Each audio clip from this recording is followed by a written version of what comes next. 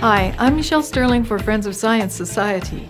Steve Goreham's book, Outside the Green Box, Rethinking Sustainable Development, is a must-read for people who want to save the world. According to Steve, there's lots to be done, and climate change activists need to change. Well, I would say to them that they ought to work on the real problems in the world. We have 2 billion people in the world today that are trying to live on less than $2 a day. We have 1.8 billion without proper sanitation. We have 600 million that are regarded as undernourished, 600 million that don't have access to clean drinking water. Millions die every year from disease, malaria, diarrheal diseases, AIDS, other sorts of things. And we have these pollution issues in the developing world. There are many problems that we can work on to clean up. And not some of the ones that people have been concerned about. Okay. So there's a lot of work to do.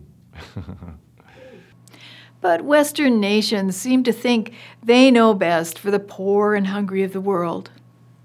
Well, you know, everybody in the West likes to tell everyone else what to do as well. You know, we want to tell India they can't use coal-fired power plants, and they have 300 million people without electricity. So we seem to think, and you know, the United Nations has said we need to teach all these people how to plan their families. You know, we really think that we're smart. I was in an online discussion with a professor the other day. Said, why shouldn't President Trump go promote clean coal plants, utilities for India? Why shouldn't President Trump go do that? And I said to him basically, you know, I think we ought to leave that up to the Indian people. They actually know what they're doing. They're smart. Now, you as a professor at your university in the United States may think you're smarter than all the Indian people, but I don't think that's the case. We should work on problems that affect us. Isn't the plan that developing nations would be given the gift of renewables and thus skip the destructive and health issues that activists say come with the use of hydrocarbons and fossil fuels? Not an accurate statement. As a matter of fact, the use of hydrocarbons is correlated, highly correlated with all positive aspects of human health, increased lifespans, education, incomes, even the growth of democracies. If you look at the history and you put those curves together, man, we want those carbon dioxide emissions. We've had tremendous positive effects on human health. But the other thing is people have conflated carbon dioxide emissions with real pollution. Real pollution at high levels, particulates and other things can impact health of people. But again, in all the developing nations of the world, we're cleaning up our air. Even in all developed nations, even in developing nations. Mexico City is a perfect example.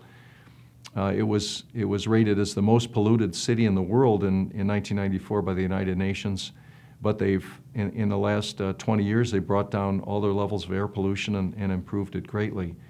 So we can have clean air and still use hydrocarbons. Natural gas, by the way, very, very clean. And we're not hurting the climate either. So that's another misconception that people have, that by using fossil fuels, we're hurting health. Goreham was adamant that the world could do more about real pollution as opposed to trying to stop climate change. So pick up a copy of Outside the Green Box, Rethinking Sustainable Development, and consider Steve's insights. For Friends of Science Society, I'm Michelle Sterling. We are a small organization facing a big fight.